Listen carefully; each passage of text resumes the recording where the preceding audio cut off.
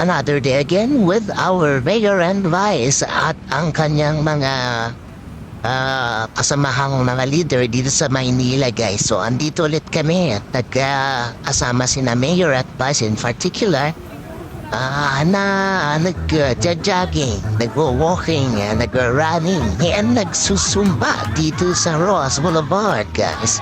O ayan, guys, kumusta naman ang inyong mga mayors?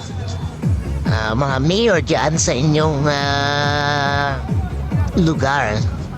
So ayan po ang aming pong mayor dito sa Maynila at nagkakasama po namin lagi dito sa Ross Boulevard sa ehersisyo. So yun, guys, so exercise. So yun, so pwede kayong mag-bike dito, guys, mag-run, mag-jog, mag-walk, even mag-rest na rin, guys. Tuwing Sunday lamang po ito ng umaga. So yun, sama na kayo dito, guys. Masaya dito sa Maynila.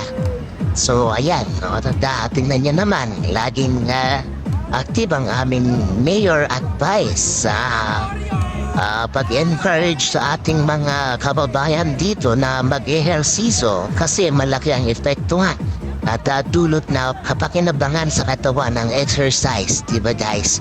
So ako naman ang nagiging problema ko, guys, is imbes na pumapayat ako ay lumalaki ako, guys, o mag-gain weight ako. So I think I need to re-engineer yung aking diet, guys, kasi malakas ako sa kain, kaya yun ang aking nakikita. Pero ganun ba, let's do this.